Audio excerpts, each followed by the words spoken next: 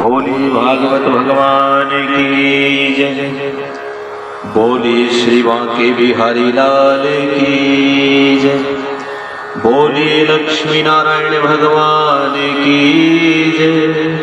बोली सद्गुरुदेव भगवान की जय। राधे मेरी स्वामिनी, मैं राधे तेरो दास। जन्म जन्म मोह दीजिए श्री वृंदावन को वास। बरसाने की राधिका तो नंदगांव को श्याम। इनके चरणन में मेरा कोटि कोटि प्रणाम।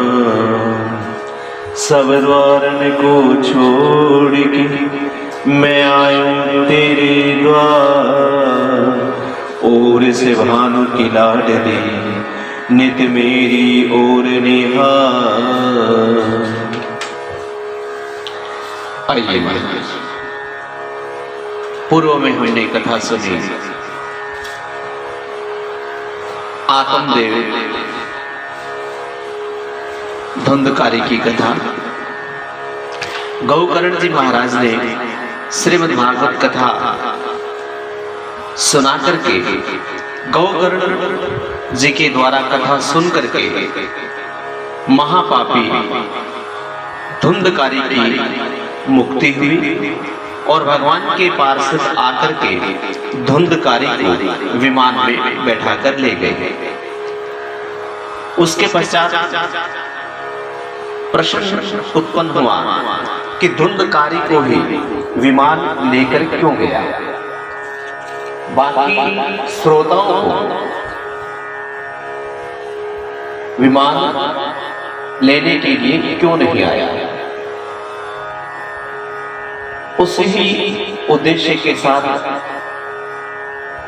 गौकर्ण जी महाराज ने श्रावण मास में फिर से श्रीमद् भागवत कथा का आयोजन किया और सभी श्रोताओं ने बड़े सुंदर भाव से कथा का श्रवण किया, मनन किया। तो उनके लिए भी विमान आया और सभी लोग विमान में बैठ करके गोलोक धाम को प्रस्थान किया। अब श्रीमद् भागवत कथा जो साप्ताहिक कथा है उसकी विधि क्या है, यह कथा आएगी। इस कथा का हम श्रवण करेंगे। श्रीमद् भागवत कथा महात्म्य के 21वें श्लोक में श्रीमद् भागवत कथा सप्ताह कथा की विधि कथाकार कहते हैं कि भव रोग की औषधि भागवत की कथा है। यह जीव मात्र रोगी है। सबसे दुखदायी रोग जो है वो जीव का ईश्वर से वियोग होना है। इस रोग के निवारण के लिए श्रीमद् भागवत कथा का आसरा लो। श्री कृष्ण से विरह रूप रोग को दूर करने की औषधि है श्रीमद् भागवत कथा शास्त्र। रोग की परिचर्या के समय आहार विहार आदि के कुछ नियम हमें मानने पड़ते हैं। जैसे ही सब कुछ कथा के लिए भी जरूरी है। शुभ मुहूर्त में कथा का आरंभ होना चाहिए।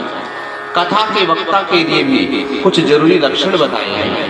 पहला लक्षण है कि विरक्त भाव। सुखदेव जी महाराज जगत से ऐश्वर्यपस्त नहीं थे, फिर भी वे निर्विकार थे। हम भी जगत में रहते हैं, देखते हैं, परंतु हमारी आंखें विकार रहित नहीं है। श्री सुखदेव जी महाराज ब्रह्म दृष्टि वाले थे। प्रत्येक स्त्री और पुरुष को वे सद्भाव से देखते थे। प्रत्येक नर नारी को भगवत भाव से देखो। सूत जी महाराज सावधान करते हैं। क्या अर्थ है वैराग्य का? उपभोग के लिए अनेक पदार्थ सुलभ होने पर भी मन उनके प्रति आकर्षित न हो, वही वैराग्य है। जगत का त्याग करने की कोई आवश्यकता नहीं है, किंतु भोग दृष्टि से देखने की वृत्ति का त्याग करना है। अपनी विकारी दृष्टि को बदलना है। जगत को काम दृष्टि से, भोग दृष्टि से नहीं देखना। जब तक दृष्टि का दोष नहीं जाता तब तक हमारी दृष्टि देव दृष्टि नहीं हो सकती। उपदेशकर्ता ब्राह्मण अर्थात ब्रह्मज्ञ होना चाहिए। वे धीरे धीरे गंभीर और दृष्टांत कुशल होना चाहिए। वक्ता अति निष्प्रय होना चाहिए। द्रव्य का मोह तो छूट जाता है, परंतु कीर्ति का मोह छोड़ना बड़ा कठिन कार्य है। जीव कीर्ति का मोह रखता है तो मनुष्य कीर्ति के मोह में फंसा हुआ है, वह भक्त नहीं हो सकता। जब भी कथा श्रवण करे संसार से निर्लिप्त होकर करे। कथा में बैठकर भी घर बार और धंधे की बात की सोचते रहने पर मन विकृत होता है। कथा मंडप में केवल कथा का ही विचार करो, अन्य सभी चिंताएं घर पर छोड़कर कथा में बैठे। वक्ता और श्रोता को चाहिए कि वे आंखें, मन, वाणी, कर्म प्रत्येक इंद्रिय में ब्रह्मचर्य का पालन करें। मन स्थिर करने के लिए उदरवेता होना जरूरी है। ब्रह्मचार्य पालन से उदरवेता हो सकते हैं। क्रोधित होने से पुण्य का क्षय होता है। वक्ता और श्रोता क्रोध ना करें। विधि पूर्वक कथा श्रवण करने से उसका फल प्राप्त होता है। कथा का श्रवण करने वाले वैष्णव यमपुरी में नहीं जाते, वे वैष्णव वैकुंठ में जाते हैं। भागवत की कथा का श्रवण जो प्रेम से करता है उसका संबंध भगवान से जुड़ता है। भागवत भगवान का साक्षात स्वरूप है। श्री भगवान का वास्तविक रूप है। वेदांत में अधिकार और अधिकारी की अच्छी चर्चा की गई है। अथातो ब्रह्म जिज्ञासा, सबको वेदांत का अधिकार नहीं है। नित्य वस्तु विवेक समद आदि सरसमिता विराग बिना वेदांत का अधिकार प्राप्त नहीं हो सकता। वेदों के 3 विभाग किए गए हैं, कर्म कांड, ज्ञान कांड और उपासना कांड। उसी प्रकार उनके अधिकारी भी निश्चित किए हुए हैं। भागवत हर किसी के लिए है। भागवत का आश्रय देंगे तो भगवान तुम्हें अपनी गोद में बैठाएंगे। वे तुम्हें निर्भय और निसंदेह करेंगे। भगवान के श्लोक 18,000 क्यों हैं? 18 प्रकृति के, 18 और 9वां ईश्वर है। अतः पूर्णतः हुई 9वां अंग पूर्णतादर्शी है। खान पान, व्यवहार, पत्र लेखन आदि सभी कार्य की विधियां भागवत में बताई गई है। एक इसी ग्रंथ का अवलंबन करने से सभी प्रकार के ग्रंथों का ज्ञान प्राप्त हो जाता है। यह ग्रंथ पूर्ण ग्रंथ है। भागवत भगवान नारायण का ही स्वरूप है। जगत और ईश्वर, जीव और जगत, जीव और ईश्वर आदि से संबंधित ज्ञान भागवत कथा में प्राप्त होगा। भागवत कितना सुना हो, भागवत कितना सुना तो कहेंगे कि जितनी बातों को जीवन में उतारा गया। श्रवण की कोई बात का मनन करो, उसे व्यवहार में क्रियान्वित करो, केवल ज्ञान व्यर्थ है। जीवन व्यवहार के काम में लाया हुआ ज्ञान ही सार्थक होता है।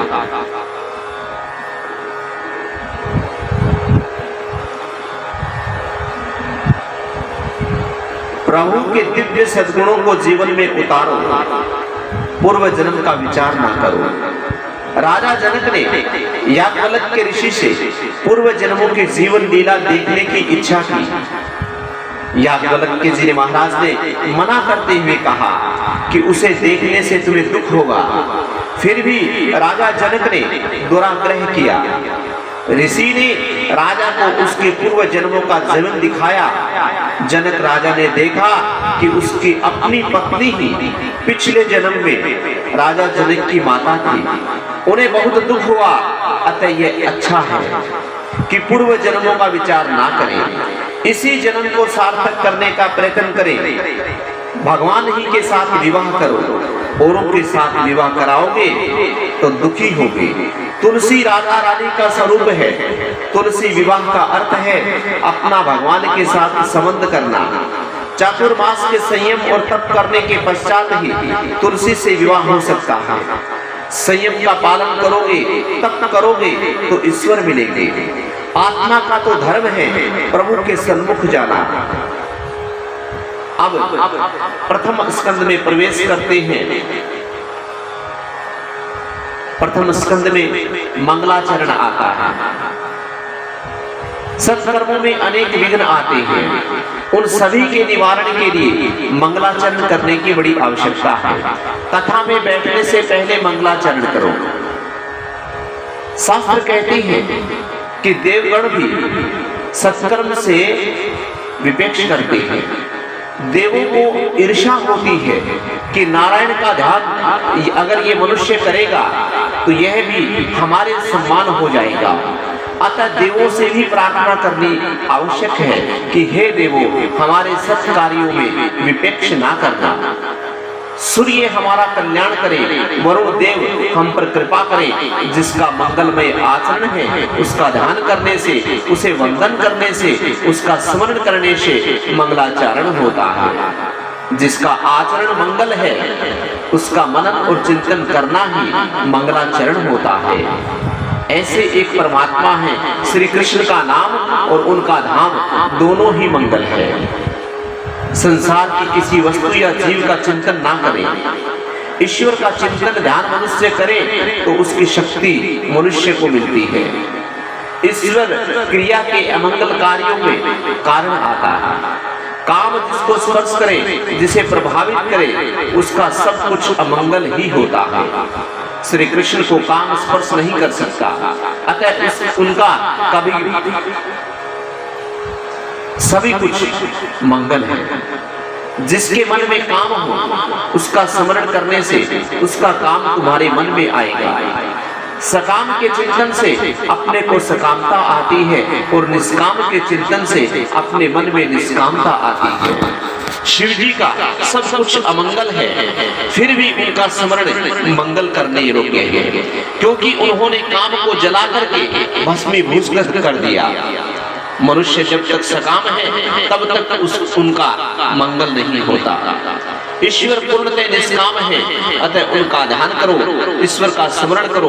परमात्मा बुद्धि से परे है। श्री कृष्ण का ध्यान करने वाला निष्काम बनता है। श्री कृष्ण का सत्य ध्यान न हो सके तो कोई आपत्ति नहीं, किंतु जगत के स्त्री पुरुषों का ध्यान कभी ना करो। परमात्मा का ध्यान और चिंतन थोड़ा सा सोचने से, ख्याल से ये बात आएगी कि मन क्यों बिगड़ा हुआ है। संसार का चिंतन करने से मन विकृत होता है, प्रभु का चिंतन और स्मरण करने से मन सुधरता है। जीव अमंगल है, प्रभु मंगलमय है। इसी प्रकार मनुष्य की कामवृत्ति नष्ट हो जाए तो सब कुछ मंगल हो जाता है, और जो काम के अधीन नहीं उसका सदा मंगल ही होता है। काम जिसे मार सके, पराजित कर सके, वह जीव काम को पराजित कर सके वह ईश्वर होता है। मनुष्य का अपना अमंगल कार्य ही विघ्न करता होता है, किसी और का नहीं। प्रत्येक जीव का आरंभ, प्रत्येक कार्य का आरंभ प्रत्येक जीव को मंगलाचरण से करना चाहिए। भागवत में 3 प्रकार के मंगलाचरण कहे गए हैं। प्रथम स्कंद में व्यास देव जी का, द्वितीय स्कंद में सुखदेव जी का और समाप्ति में सूत जी महाराज का। सैया में सोया हुआ मनुष्य पाप अधिक करता। प्रभात के समय मंगलाचरण करो, मध्याह्न में मंगलाचरण करो और रात्रि में सोने से पहले मंगलाचरण करो। धीमे व्यास जी ने ध्यान करते हुए कहा है कि एक ही स्वरूप का बार बार चिंतन करो, मन को प्रभु के स्वरूप में स्थिर करो। एक ही स्वरूप का बार बार चिंतन करने से मन शुद्ध होता है। परमात्मा के किसी भी स्वरूप को अपना इष्ट मान करके उनका ध्यान करो। ध्यान का अर्थ है मानस दर्शन। राम, कृष्ण, शिव या किसी भी स्वरूप का ध्यान करो। सर्वश्रेष्ठ सत्य स्वरूप प्रभु का ध्यान करता हूँ, ऐसा श्री वेद व्यास जी महाराज ने मंगलाचरण में कहा। व्यास जी ऐसा आग्रह नहीं करते कि एकमात्र वे श्री कृष्ण का ही ध्यान करो। वे किसी भी विशिष्ट स्वरूप का आग्रह नहीं करते। जो व्यक्ति जिस किसी स्वरूप में अपनी आस्था रखता हो उसका ही ध्यान करे। ठाकुर जी से जिस रूप में हमें आनंद हो वही रूप उत्तम है। एक ही स्वरूप में अनगिनत उनके नाम हैं। सनातन धर्म के अनुसार देव अनेक होते हुए भी ईश्वर तो सिर्फ एक है। मंगला आचरण में किसी एक देव का नाम उल्लेख नहीं है। ईश्वर एक है, केवल उनके नाम के स्वरूप अनेक हैं। वृषभानु की आज्ञा थी कि राधा के पास जाने का किसी भी पुरुष को अधिकार नहीं है। अतः साड़ी पहन के और चंद्रावती का श्रृंगार धारण करके श्री कृष्ण जी राधा से मिलने जाते हैं। कृष्ण साड़ी पहनते हैं तो माता बनते हैं। एकम सद विप्राह बहुआ वदन्ति हैं। ईश्वर के स्वरूप अनेक हैं किंतु एक तत्व एक है। दीपक के आगे जिस किसी रंग का शीशा कांच रखेंगे उसी रंग का प्रकाश हमें दिखाई देगा। हर किसी देव का पूजन करो किंतु ध्यान तो सिर्फ ईश्वर का ही करना चाहिए। रुक्मिणी भी भक्ति की अनन्य है। पूजन देवी का करती है फिर भी ध्यान उनका कृष्ण में रहता है। वंदन हर किसी का करो, किसी भी देव का करो किंतु ध्यान तो किसी एक देव का करो। जिस किसी रूप में आस्था हो रुचि हो उसी का रूप का ध्यान करो। जिस किसी रूप में आस्था और रुचि हो उसी रूप का ध्यान करो। ध्यान ध्याता और ध्येय से एक तत्व हो सकता है और ऐसे एक तत्व होने पर ही परम आनंद की प्राप्ति होती है। ध्यान के समय किसी और का चिंतन ना करें। किसी चेतन का ध्यान करो, जड़ का नहीं। ध्यान करना ही है तो कृष्ण का ध्यान करो। अनेक जन्मों से इस मन को भटकते रहने की आदत हो गई है। ध्यान से पहले तो संसार से इस जीवन को भटकते रहने की आदत हो गई है। ध्यान से पहले संसार के विषय को उबरते हैं, वे मन में ना आए। ऐसा करने के लिए ध्यान करते समय परमात्मा के नाम का बार बार चिंतन करो और जिससे मन स्थिर हो सके उच्च स्वर में संकीर्तन करो। कृष्ण के संकीर्तन से जगत का विस्मरण होता है। परमात्मा के मंगलमय स्वरूप का दर्शन करते हुए कीर्तन करो। वाणी कीर्तन करे और आंख दर्शन करे तो मन शुद्ध और पवित्र होता है। परमात्मा का ध्यान करने से मन शुद्ध होता है। दान या स्नान आदि से मन की शुद्धि नहीं होती। संसार का चिंतन करते रहने से विकृत हुआ मन ईश्वर से सतत चिंतन किए बिना शुद्ध हो ही नहीं सकता। इस शरीर जैसी मलिन वस्तु और कोई हो ही नहीं सकती। इस मलिन शरीर से परमात्मा से मिलना नहीं हो सकता। इस शरीर के बीज अपवित्र है। ठाकुर जी को मन में मिलाना है, बिना ध्यान के मनोमिलन नहीं हो सकता। आंख से श्री भगवान का दर्शन और मन से स्मरण करोगे तो परमात्मा की शक्ति तुम्हें मिलेगी। ईश्वर का ध्यान करने से ईश्वर की शक्ति जीव को मिलती है। ध्यान करने से ईश्वर और जीव का मिलन होता है और बिना ध्यान से ब्रह्म संबंध नहीं हो सकता। ध्यान की परिपक्व दिशा ही समाधि है। वेदांत में इसे जीव मुक्ति का माना गया है। समाधि दीर्घ समय तक रहने से ज्ञानियों को जीते जी मुक्ति का आनंद मिलता है। भागवत में बार बार कहा गया है कि ध्यान करो, जप करो। हर एक चरित्र में इस सिद्धांत का वर्णन किया गया है। पुनर्वृत्ति दोष नहीं है। किसी सिद्धांत को बुद्धि में दृढ़ करने के लिए उसे बार बार कहना पड़ता है। भगवान के प्रत्येक स्कंद में इस जप ध्यान की कथा है। बिना ध्यान के ईश्वर का साक्षात्कार नहीं हो सकता। वासुदेव देवकी ने 11 वर्षों तक ध्यान किया तो उन्हें परमात्मा मिले। भागवत का आरंभ ध्यान योग से किया गया है। जो मनुष्य ईश्वर का ध्यान करेगा वही ईश्वर को प्रिय होगा। साधन मार्ग का आश्रय लेकर ज्ञानी मुक्त होते हैं और ज्ञान से ज्ञानी भेद का निषेध करते हैं। ज्ञान मार्ग का लक्ष्य है। ज्ञान से भेद को दूर करना है, भक्ति से भेद को दूर करना है और भक्ति मार्ग का लक्ष्य है। ध्येय एक ही है। अतः भागवत का अर्थ ज्ञान परक और भक्ति परक हो सकता है। मार्ग और साधन भिन्न भिन्न है किंतु ध्येय रास्ता अलग अलग है, एक है। इसी कारण सुगुण और निर्गुण दोनों की आवश्यकता है। वैसे तो ईश्वर अरूप है, किंतु जिस रूप की भावना से वैष्णव जन तन्मय हो जाते हैं, वैसा स्वरूप भी ईश्वर धारण कर लेते हैं। सगुण निर्गुण दोनों स्वरूपों को भगवान में निरूपण है। निर्गुण रूप में प्रभु सर्वत्र है और सगुण रूप में श्री कृष्ण गोलोक में विराजमान रहते हैं। इष्ट देव में पूर्णतः विश्वास रख करके ऐसा विश्वास रखो कि जगत के जड़ जीव और चेतन सभी पदार्थ में भगवान का वास है। मंगलाचरण का सगुण निर्गुण परक अर्थ हो सकता है। क्रिया और लीला में अंतर है। प्रभु जो करे वो लीला और जीव जो करे वो क्रिया। क्रिया संबंध रूप है, क्रिया बंधन रूप है। कारण कि उसके साथ कर्ता की आसक्ति, स्वार्थ, अहंकार का संबंध होता है। ईश्वर की लीला बंधन से मुक्त करती है। कारण कि ईश्वर को स्वार्थ और अभिमान छू नहीं सकता। जिस कार्य में कर्तव्य का अभिमान नहीं होता वह लीला होती है। केवल जीवों को परम आनंद का दान करने के लिए प्रभु लीला करते हैं।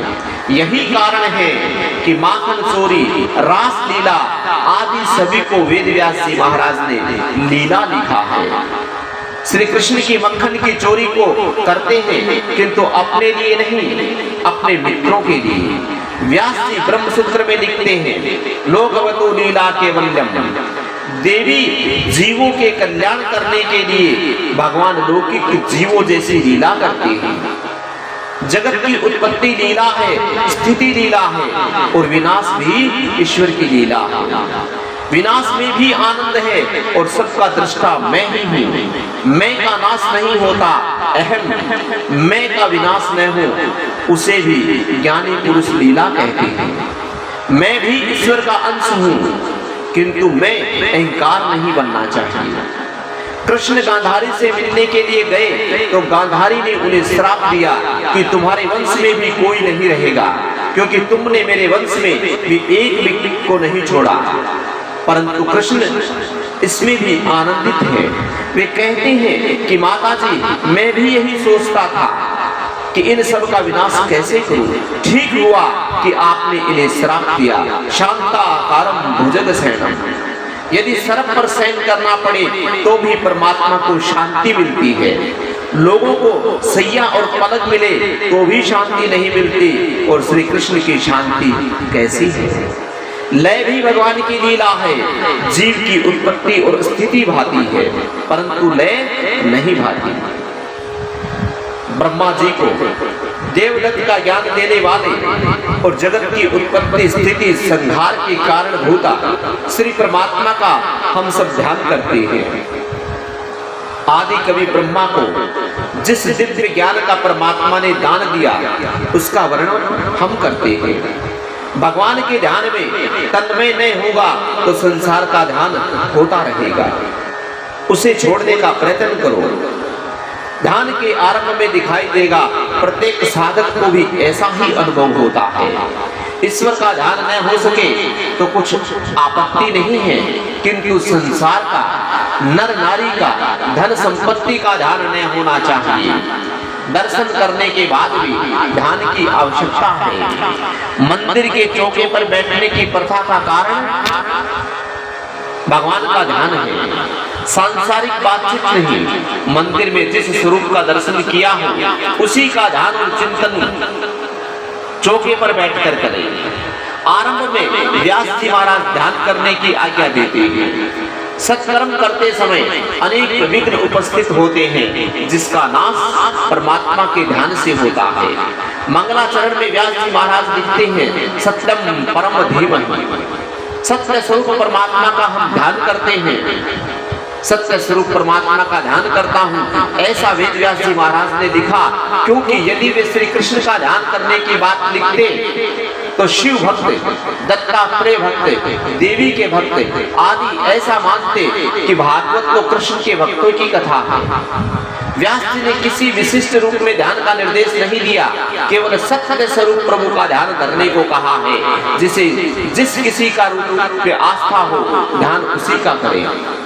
संसार में विभिन्न लोगों की रुचि एक जैसी नहीं होती। शिव महिमन स्तोत्र में कहा गया है, त्रैसंख्य योगम पशुपतिम वैष्णवमिति प्रभिन्ते से प्रधाने प्रमुदिदम दिताम। सांगोपांग वेद, सांख्य शास्त्र, योग शास्त्र, पाशुपत शास्त्र, वैष्णव शास्त्र आदि भिन्न भिन्न शास्त्रों की आस्था वाले लोग अपने अपने शास्त्रों को सर्वोत्तम मानते हैं और अपनी अपनी मनोवृत्ति के अनुसार सरल या कठिन मार्ग बताते हैं। किंतु सच तो ये है कि इन सभी शास्त्र अनुसारी मतों का प्राप्ति स्थान लक्ष्य तो एक है। जिस तरह सरल और टेढ़ी मेढ़ी सभी नदियां जाकर के समुद्र में मिल जाती है। हर किसी की रुचि और आस्था भिन्न भिन्न होने के कारण शिव, गणेश, रामचंद्र आदि विविध स्वरूप को परमात्मा धारण करते हैं। सत्य, अविनाशी, अबाधित, अपरिवर्तनशील, सुख दुख लाभ हानि आदि के कारण परमेश्वर के स्वरूप में कोई परिवर्तन नहीं होता। गीता में भगवान स्वयं कहते हैं, दुखे शवनो दे अमना सुखेशो वेगत सप्रा। दुख की प्राप्ति के समय जिसका मन उद्वेग रहित रहता है और सुख के समय जिसका मन स्पर्शा रहित रहता है वही स्थित प्रज्ञ है। श्री कृष्ण ने अपने वचन के अनुसार ही जीवन जिया। श्री रामचंद्र जी को भी राज्य अभिषेक और वनवास के समय एक जैसा ही आनंद था। श्री कृष्ण को 16,000 रानियों से सेवा पाते समय स्वर्ण की द्वारिकापुरी से और सर्वनाश के समय एक जैसा ही आनंद का अनुभव हुआ था। श्री कृष्ण उद्धव से कहते हैं कि हे उद्धव, ये सब जगत मिथ्या है, केवल मैं ही एक सत्य हूँ। जगत असत्य है, परमात्मा सत्य है। भूत, वर्तमान और भविष्य ये जो भी स्वरूप धारण करे वही सत्य है। इसी से ही भगवान व्यास जी में जो भी कहते हैं हम सत्य का ही ध्यान करते हैं, किसी और देव का नहीं। तो सत्य से ही स्नेह भाव रखो। यदि सुखी होना है तो सत्य स्वरूप परमात्मा के साथ प्रेम करो। जगत असत्य है, दुनिया के पदार्थ दुखदायी हैं। व्यवहार में जगत सत्य का लगता है, किंतु परमार्थ दृष्टि से, तात्विक दृष्टि से देखें तो जगत सत्य नहीं है। यही कारण है कि ज्ञानी पुरुष जगत का चिंतन नहीं करते और जगत अनित्य है ऐसा बार बार सोचते हैं। जिसे परमात्मा का अप्रोक्ष ज्ञान होता है वे जगत का सम्मान नहीं करते। सपने में टूट जाने के बाद जो सपन मिथ्या लगता है, वैसे ही भगवान के साक्षात्कार हो जाने के बाद ये संसार भी मिथ्या लगने लगता है। मनुष्य सदा एक रूप को नहीं चाहता, ईश्वर का एक स्वरूप है। उस पर काम, क्रोध, लोभ, मोह आदि असर नहीं डाल सकते। वह स्वयं आनंद रूप है। ईश्वर के बिना जो भी दिखाई देता है सब माया है, असत्य है। जो ईश्वर के बिना है वह असत्य है, भास मात्र है। नकली रुपए से किसी को कोई मोह नहीं होता। उसी प्रकार इस असत्य अर्थात नकली संसार से मोह ना करें। स्त्री पुरुष मिलन सुखद है, किंतु वियोग अति दुखद है। वियोग अवश्यम भावी है ऐसा समझकर इस जगत के जीवों से प्रेम ना करो। परमात्मा अविनाशी है, इसीलिए उन्हीं ही से प्रेम करो। अंधेरे में रस्सी सांप के जैसी लगती है, किंतु जैसे ही प्रकाश होने लग जाता है कि ज्ञान हो जाता है, यथार्थ स्वरूप का ज्ञान होता है कि इस सर्वजन्य न्याय की दृष्टि से इस असत्य संसार को अज्ञानी मानव सत्य मानता है। जगत का भास ईश्वर के प्रति अज्ञान होने के कारण होता है। ईश्वर का ज्ञान न होने से ही तुम्हें यह जगत सत्य लगता है।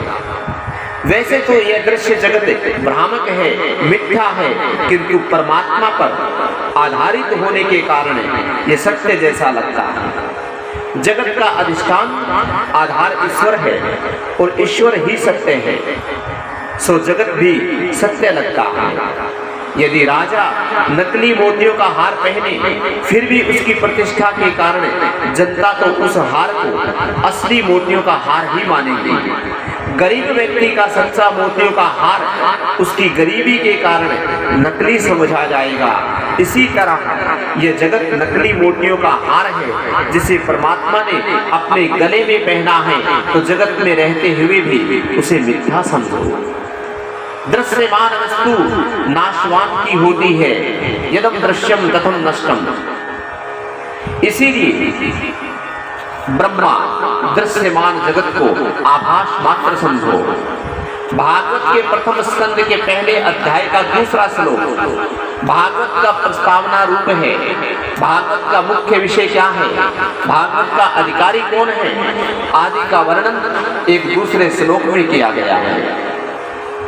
श्रीमद् भागवत कथा के प्राणी मात्र पर दया करने वाले और मत्सर रहित सत्पुरुषों के एकमात्र आधार स्वरूप ईश्वर आराधना स्वरूप निष्काम परम धर्म वर्णित किया गया है। और जो परमार्थ रूप जानने योग्य परम सुखदायी आध्यात्मिक अधिभौतिक तथा अधिदैविक ताप को हारने वाले उस परमात्मा रूप तत्व का भागवत में वर्णन किया गया है। जिस धर्म में कोई कपट नहीं है, ऐसा निष्कपट धर्म भगवत का मुख्य विषय है। नारद जी ने वाल्मीकि जी से राम मंत्र का जाप करने को कहा।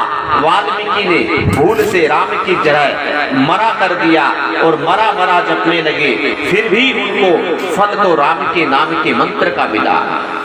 अति से पापी के मुख से आसानी से राम नहीं निकलता।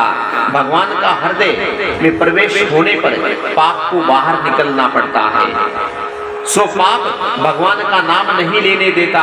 सेवा का फल सेवा है और मुक्ति भी आशा मत करो। भागवत का मुख्य विषय है निष्काम भक्ति। जहाँ भोग की इच्छा है वहाँ भक्ति नहीं होती। भोग के लिए की गई भक्ति से भगवान प्रसन्न नहीं होते। भोग के लिए भक्ति करने वाले को संसार प्यारा लगता है, भगवान नहीं। भगवान के लिए ही भक्ति करो। भक्ति का फल भगवान होना चाहिए, संसार का सुख नहीं। जो ऐसा सोचते हैं कि भगवान मेरा काम कर दे या भगवान मेरे काम आ जाए, उसे वैष्णव नहीं कहा जा सकता। भगवान से कोई संतान मांगता है, कोई धन मांगता है, तब भगवान मनोरथ मुझसे सोचते हैं कि मेरे लिए तो मंदिर में कोई आता नहीं, सब अपना अपना मनोरथ मुझसे पूर्ण कराने के लिए आता है। सच्चा वैष्णव तो वह है जो भगवान से कहेगा कि मैं तो अपनी ज्ञानेंद्रियां, अपनी कामेंद्रियां, मन आदि सब कुछ प्रभु तुम्हारे चरणों में अर्पित करने के लिए आया हूँ। सच्चा वैष्णव भगवान से न तो दर्शन मांगता है और न ही मुक्ति मांगता है। वह यदि कुछ मांगेगा तो केवल इतना ही कि वह भगवान की सेवा में हमेशा हमेशा के लिए तन्मय रहे, उसका पूरा जीवन भगवान की सेवा में लग जाए। मांगने से प्रेम की धारा टूट जाती है, प्रेम का प्रमाण घटने लगता है। इसीलिए प्रभु से कुछ भी नहीं मांगो, भगवान को अपना ऋणी बनाओ। श्री रामचंद्र जी ने राज्य अभिषेक के प्रसंग पर सभी वानरों को भेंट दी, किंतु हनुमान जी को कुछ नहीं दिया। इस घटना से सीता जी को दुख हुआ। उन्होंने राम जी से कहा कि हनुमान जी को भी कुछ दीजिए। राम जी ने कहा इसे मैं क्या दूं? उसने मुझे अपने उपकारों इतने उपकार किए हैं कि मैं उनका ऋणी बन चुका हूँ। मुझे ऋणी बनाया है हनुमान ने। श्री राम हनुमान जी से कहते हैं प्रति उपकार करहु का तोरा, सन्मुख होय न सकत मन मोरा। शुद्ध प्रेम से लेने की भावना नहीं होती, देने की भावना होती है। मोह भोग की इच्छा करता है, जबकि प्रेम भोग देता है। प्रेम में मांग नहीं होती, प्रेम में अपेक्षा का भाव जागा कि सच्चा प्रेम भाग जाता है, ऐसा समझना चाहिए। भक्ति से मांगी हुई वस्तु मिलेगी तो जरूर, किंतु भगवान हाथ से निकल जाएंगे। नित्य देने वाला चला जाएगा।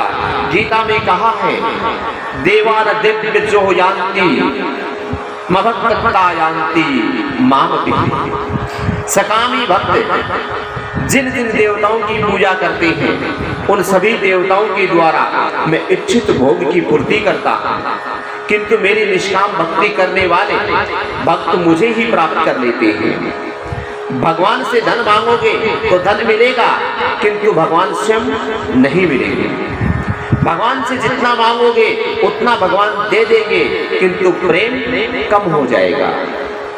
व्यवहार में भी वे ये अनुभव करते हैं कि जब कुछ मांगा जाए तब एक दो मित्रों से मैत्री पूर्ण रहती है। मान लीजिए हमारे बहुत से दोस्त हैं, उनमें से किसी से मांग लिया, 5 लोगों से मांगा, 2 ने दे दिया, तो तीनों के साथ मित्रता टूट जाती है। गोपियां दृष्टि भी कृष्ण को ही नहीं देती, मन भी देती है। वे श्री कृष्ण से कुछ भी नहीं मांगती, कोई अपेक्षा सर्वस्व अर्पण ही करती है। भगवान से कुछ मांगोगे तो प्रेम खंडित हो जाएगा। हमेशा ऐसा ही मानिए कि प्रभु ने मुझे बहुत कुछ दिया है। कई लोग हर वर्ष डाकोर जी की तीर्थ यात्रा करते हैं। रणछोड़दास भगवान कहते हैं कि मैं 6 वर्षों से अधिक दर्शनार्थ यहाँ आता हूँ, फिर भी मुझे पुत्र नहीं मिला। भगवान उसे पुत्र तो देते हैं, किंतु साथ साथ कहते हैं कि अब मेरा और तेरा संबंध टूट चुका है। ठाकुर जी अपेक्षा से कुछ कम दे तो मानिए कि वे परिपूर्ण है, किंतु मेरी पात्रता अधूरी होने के कारण मुझे कम मिला है। निष्काम भक्ति उत्तम है। वैष्णव मुक्ति की भी उपेक्षा नहीं करता। हरि के जन को मुक्ति भी नहीं चाहिए। मुक्ति की अपेक्षा से भक्ति में अलौकिक आनंद है। भक्ति में जिस आनंद मिलता है उसे मुक्ति का आनंद तुच्छ लगता है। वेदांती तो मानते हैं कि इस आत्मा का कोई बंधन है ही नहीं, फिर मुक्ति का प्रश्न कहाँ उठता है। वैष्णव मानते हैं कि मुक्ति तो मेरे भगवान की दासी है, दासी की अपेक्षा मेरे भगवान गुरुतर है। भगवान मेरा काम करे ऐसी अपेक्षा कभी ना करें। रामकृष्ण परमहंस को कैंसर की बीमारी लग गई थी। शिष्यों ने कहा कि हे गुरुदेव, माँ काली से कहिए वे आपकी बीमारी का इलाज कर देंगी। रामकृष्ण ने कहा कि अपनी माता को मैं अपनी तकलीफ कैसे दूंगा। भक्ति का अर्थ यह नहीं होता कि मैं अपने सुख के लिए ठाकुर जी को हम त्रास दें, परिश्रम दें। मांगने से सच्ची मित्रता में गौरव की हानि होती है। सच्चा समझदार मित्र कभी कुछ नहीं मांगता। सुदामा की भावना के प्रति सच्ची भक्ति थी। वे दरिद्र तो थे, पत्नी ने कुछ मांगने के लिए उन्हें भगवान के पास भेजा। सुदामा भगवान के पास आए, किंतु मांगने के लिए नहीं, मिलने के लिए। उन्होंने द्वारिकापुरी का वैभव देखा, फिर भी जुबान तक नहीं खोली। सुदामा ने सोचा मित्रता मिलन से ही यदि भगवान की आंखें भीगी हो गई तो फिर अपनी दरिद्रता की बात बताने पर मेरे प्रभु को कितना दुख होगा। मेरे दुख के कारण मेरे कर्म हैं, मेरे दुख की गाथा सुनकर तो मेरे प्रभु को दुख होगा। ऐसा सोच करके सुदामा ने भगवान को अपना दुख नहीं सुनाया और कुछ मांगा नहीं। सुदामा की तो यही इच्छा थी कि अपने द्वारा लाए हुए मुट्ठी भर तंदुल का भगवान प्रेम से प्राशन करें। भगवान जाने कि वह कुछ लेने नहीं, देने के लिए आया है। ईश्वर पहले हमारा सर्वस्व लेता है और फिर अपना सर्वस्व देता है। जीव के निष्काम होने पर भी भगवान उसकी पूजा करते हैं। भक्त जब निष्काम होता है तो भगवान अपने स्वरूप का दान अपने भक्त को दे देते हैं। जीव जब अपना जीव तत्व छोड़ करके ईश्वर के द्वार पर जाता है तब भगवान भी अपना ईश्वर तत्व भूल करके भगत से मिलने गए। सुदामा 10 दिन का भूखा था, फिर भी उससे अपना सर्वस्व मुट्ठी भर जो चावल लाए थे वो भी प्रभु को दे दिए। सुदामा के तंदुल चाहे मुट्ठी भर थे, फिर भी वही तो उस समय उसका सर्वस्व था। वैसे मुट्ठी भर तंदुल की कोई इतनी बड़ी कीमत नहीं, किंतु मूल्य तो सुदामा के प्रभु प्रेम का है। यदि मेरे लिए ठाकुर जी को थोड़ा सा श्रम उठाना पड़ेगा तो मेरी भक्ति व्यर्थ है, निष्फल है, ऐसा मानो। भगवान से कुछ भी ना मांगो, न मांगने से भगवान तुम्हारे ऋणी रहेंगे। गोपियों ने भगवान से कुछ भी नहीं मांगा, उनकी भक्ति निष्काम भक्ति थी, अतः भगवान गोपियों के ऋणी थे। गोपी गीत में भी भगवान से कहती हैं कि हम तो आपकी निःशुल्क शूद्र दासियां हैं, अर्थात निष्काम भाव से सेवा करने वाली हम दासी हैं। इसी तरह कुरुक्षेत्र में भी जब वे भगवान श्री कृष्ण से मिलती हैं तो वहां भी वे कुछ नहीं मांगती, वे तो केवल इतना इच्छा करती है, संसार कूप पति को तरवण लंब गेहे जुषामपि मन सयुदियात सदा। संसार रूपी कुएं में गिरे हुओं को उसमें से बाहर निकालने के अवलंबन रूप आपके चरण कमल घर में रहते हुए भी हमारे मन में हमेशा हमेशा के लिए बस जाए। एक सखी उद्धव जी से पूछती है कि तुम किसका संदेशा लेकर के आए हो? श्री कृष्ण का। अरे वे तो यहाँ भी उपस्थित है। लोग कहते हैं श्री कृष्ण मथुरा गए हैं, पर यह बात गलत है। हमारे ठाकुर जी हमेशा मेरे साथ रहते हैं, 24 घंटों का उनका और हमारा संयोग है। गोपियों का प्रेम शुद्ध प्रेम है। वे जब भी भगवान का स्मरण करती हैं, ठाकुर जी को वहां प्रकट होना पड़ता है। गोपियों की निष्काम भक्ति इतनी तत्वशील है कि भगवान खींचे हुए चले आते हैं। ठाकुर जी को सदा साथ रखोगे तो जहां भी जाओगे भक्ति कर पाओगे। तभी तो भक्त तुकाराम कहते हैं, मुझे चाहे भोजन ना भी मिले, परंतु हे विठ्ठलनाथ मुझे एक भी क्षण तुम अपने से अलग मत करना। भगवान उद्धव से कहते हैं, उद्धव मेरी गोपियां मुझमें तन्मय चित्त वाली मदरते हैं, यज्ञ में दाहिते हैं। गोपियों का आदर्श आंख के सामने रखो और भगवान की भक्ति करो। सुदामा की निष्काम भक्ति को याद रख करके ब्रह्म की भक्ति करो। सुदामा और गोपियां दोनों का भाव और भक्ति एक जैसी है, उनकी भक्ति सीखो। सुदामा की भक्ति भी निष्काम थी। तुम अपना सर्वस्व भगवान को अर्पण करो, ऐसा होने पर भगवान भी सर्वस्व तुम्हें अपना दे देंगे। निष्काम भक्ति ही भागवत का मुख्य विषय है। निष्काम भक्ति ही श्रेष्ठ भक्ति है। निष्काम भक्ति का श्रेष्ठ दृष्टांत है श्री कृष्ण के प्रति गोपियों की निष्काम ममता, निष्काम प्रेम। गोपियां तो मुक्ति की भी इच्छा नहीं रखती थी, श्री कृष्ण का सुख ही उन्हें सुख मिलता था, ऐसी गोपियां मानती थी। एक सखी ने उद्धव से कहा कि कृष्ण के वियोग में हमारी कैसी दशा है, यह तो आपने देख ली। मथुरा जाने पर कृष्ण से कहना कि यदि आप मथुरा में सुख से रहते हो तो हमारे सुख के लिए ब्रज में आने का कष्ट ना करना। हमारा प्रेम अपने सुख के लिए नहीं है, किंतु कृष्ण को ही सुखी करने के लिए है। श्री कृष्ण के वियोग से हम दुखी हैं और विलाप भी करती हैं, परंतु हमारे विरह में यदि वे मथुरा में सुखी रहते हैं तो वे सुखी रहें। हमारे सुख के लिए वे यहाँ कदाचित ना आए। यदि अपने सुख के लिए वे यहाँ आना चाहें तो अवश्य आ सकते हैं। दूसरों के सुख में सुख का अनुभव करना ही सच्चे प्रेम का लक्षण है। सांडिल्य मुनि ने अपने भक्ति सूत्र में लिखा है, तत् सुखे सुखी तवम प्रेम लक्षणम। धन्य है वे ब्रजवासी भक्तजन जो श्री कृष्ण से मिलने के लिए मथुरा नहीं गए।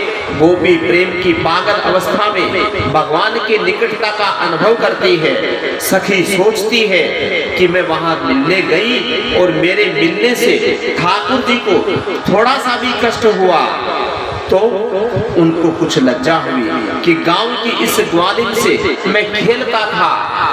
नहीं, मुझे मथुरा नहीं जाना चाहिए। मेरे प्रेम में कुछ ना कुछ कमी जरूर रह गई होगी, इसीलिए तो वे हमें छोड़ करके मथुरा चले गए। मेरा प्रेम यदि सच्चा होता तो वे अवश्य गोकुल लौटते। उस समय तक मैं विरह का दुख सहन करती रहूंगी जब तक कृष्ण नहीं आएंगे। इसीलिए श्री कृष्ण कहते हैं कि मुझे गोकुल में जो आनंद गोपियों से मिलता है वह द्वारिकापुरी में नहीं मिलता। गोपियों का प्रेम निष्काम प्रेम है। भगवान का जो आश्रय लेता है वह निष्काम बनता है। गोपियों की ऐसी निष्काम भक्ति से परमात्मा गोपियों की ऋणी हो गई। गोपी प्रेम की महिमा दर्शनीय है। श्री कृष्ण एक बार बीमार हो गए, अर्थात बीमार होने का नाटक किया। कोई भी औषधि सफल नहीं हुई, कोई दवाई नहीं लग रही थी भगवान श्री कृष्ण को। तब भगवान ने वैष्णव भक्ति के चरण रज औषधि के रूप में मांगी। कोई वैष्णव अपने चरण की रस दे तो भगवान की बीमारी दूर हो सकती है। भगवान की रानियों से भगवान ने चरण रस मांगी। सभी रानियों को आश्चर्य हुआ कि प्राणनाथ को हम चरण रस दे तो हमें पाप लगेगा, हमारे पैरों की मिट्टी भगवान लेंगे तो हमें पाप लगेगा और हमें नरक में जाना पड़ेगा। और नरक में क्यों जाएं? हम तो चरण रज नहीं देंगे। दूसरों से भी चरण रज मांगी गई, कोई भी भगवान को अपने चरणों की रज देने के लिए तैयार नहीं हुआ। अंत में जब बात गोपियों तक पहुंची तो गोपियों ने सुना कि उनके कृष्ण बीमार हैं, यदि वे भले चंगे हो सकते हैं तो हम अपने चरण रस देने के लिए तैयार हैं। इसके लिए हम कोई भी दुख सहन कर सकती हैं, चाहे नरक जाए चाहे जहां मर्जी जाए, जो अपना कन्हैया सुखी हो जाए। तो हम नरक की यातना भी भुगतने के लिए तैयार हैं। उन्होंने अपने चरणों की रस दी, श्री कृष्ण की बीमारी दूर हो गई। सच्चे निष्काम प्रेम की परीक्षा भी हो गई। भागवत का फल है निष्काम भक्ति। निष्काम भक्ति भगवान को प्रसन्न करती है। गोपियां जैसे निष्काम भक्ति की आदत डालो, भक्ति से मुक्ति मिलती है। और भक्ति के बिना ज्ञान और वैराग्य प्राप्त नहीं हो सकता। बिना ज्ञान की भक्ति अंधी होती है और बिना भक्ति के ज्ञान पंगु होता है। खाली ज्ञान भी काम नहीं आएगा और खाली भक्ति भी काम नहीं आएगी। आदत और हाजत मतलब जरूरत पर नियंत्रण रखा जाए तो मानव प्रभु में लीन हो जाएगा। भागवत का मुख्य विषय है निष्काम भक्ति। भागवत सबके लिए है, वेदांत सबके लिए नहीं है। वेदांत का अधिकार सबको नहीं दिया गया। जिसे ब्रह्म को जानने की जिज्ञासा हो उसी के लिए वेदांत है। और वेदांत का अधिकारी कौन है? जिसने सठ संपत्ति आदि की प्राप्ति की हो, वही वेदांत का अधिकारी है।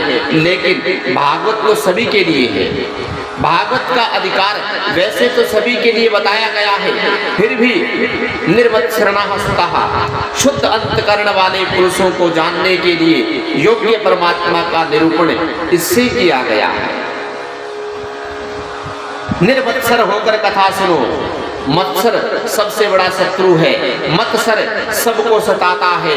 ज्ञानी और योगी दोनों को मत्सर परेशान करता है। स्वयं प्राप्त की हुई योग शक्ति, योग सिद्धि के बल चांददेव 14 वर्ष तक जीवे। उन्होंने मृत्यु को 14 बार वापस लौटाया। वे सिद्धि में फंस गए, उन्हें प्रतिष्ठा का मोह हो गया। उन्होंने संत ज्ञानेश्वर को कीर्ति सुनी। चांगदेव नागेश ज्ञानेश्वर के प्रति मत्सर करने लगे। क्या यह बालक मुझसे भी बड़ा हो गया? ज्ञानेश्वर महाराज की आयु 16 वर्ष की थी और चांगदेव की इच्छा हुई कि वे ज्ञानेश्वर को पत्र लिखे, किंतु पत्र में संबोधन क्या किया गया? ज्ञानेश्वर अपने से छोटे केवल 16 वर्ष के सो पूज्य तो कैसे लिखा जाए? ऐसे महाज्ञानी को चिरंजीवी भी कैसे लिखा जाए? इस उलझन को वे सुलझा न सके, सो बिना लिखे ही पत्र भेज दिया। संत की भाषा संत जान लेते हैं, वे पूरे कागज को भी पढ़ लेते हैं। मुक्ताबाई ने पत्र का उत्तर दिया, 1400 साल की तेरी आयु हुई, फिर भी तू कोरा ही कोरा रह गया। चांगदेव ने सोचा कि ऐसे ज्ञानी पुरुष से मिलना चाहिए। अपनी सिद्धियों के प्रदर्शन के लिए उन्होंने बाघ पर सवारी की और सर्प की लगाम बनाई और इसी प्रकार वे ज्ञानेश्वर से मिलने के लिए चले आए। इस और ज्ञानेश्वर से भी किसी से कहा कि चांगदेव बाबा बाघ की सवारी करके आपसे मिलने के लिए आ रहे हैं। तो ज्ञानेश्वर ने सोचा कि इस बुढ़े को अपनी सिद्धियों पर अभिमान हो गया है। तो चांगदेव ने अपनी सिद्धियों के अभिमान के कारण ज्ञानेश्वर को पत्र में पुत्र शब्द से संबोधित नहीं किया। तो ज्ञानेश्वर ने सोचा कि चांगदेव को कुछ पाठ पढ़ाना चाहिए। संत मिलने आए तो उनकी आवाभगत करनी पड़ती है। उसी समय चांददेव ज्ञानदेव जी महाराज एक पत्थर के चौके पर बैठे हुए थे। उन्होंने चौके से चलने की आज्ञा दी तो पत्थर का वह चौका चल दिया। चौके को चलता हुआ देख करके चांगदेव का अभिमान नष्ट हो गया। चांगदेव ने महसूस किया कि मैंने तो सहस्त्र पशुओं को ही वश में किया है, जबकि ज्ञानेश्वर ने तो एक पाषाण को ही बस में कर लिया, जो जड़ पदार्थ को भी चेतन बना देती है। दोनों का मिलन हुआ, चांगदेव और ज्ञानेश्वर के शिष्य बन गए।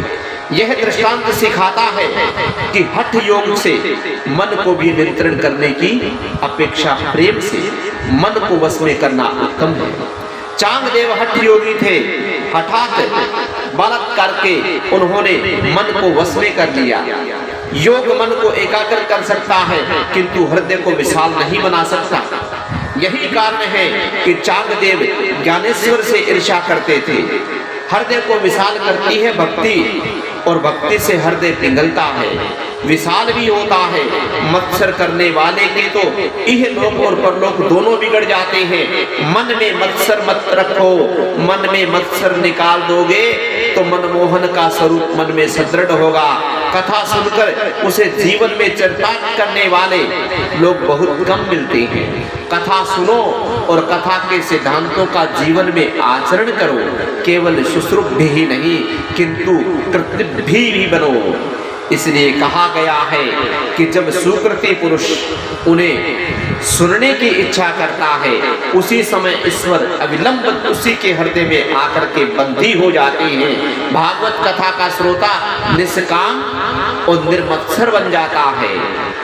किसी भी जीव के प्रति रखा गया कुभाव ईश्वर के प्रति रखा गया कुभाव है। मनुष्य जब तक निर्मत्सर नहीं बना तब तक उसका उद्धार नहीं हो सकता। जैसी भावना आप दूसरों के लिए रखोगे, वैसी ही भावना वे आपके ऊपर रखेंगे। दूसरों के साथ वैर भाव करने वाला व्यक्ति अपने साथ भी वैर भाव करता है, क्योंकि सबके हृदय में ईश्वर का वास होता है। ऐसा गीता में कहा गया है, क्षेत्रच्च चापी मां विशुः सर्वश्रेतु भारः। बोलिए श्री कृष्णचंद्र भगवान की जय। बोलिए भागवत भगवान की जय। बोलिए लक्ष्मी नारायण भगवान की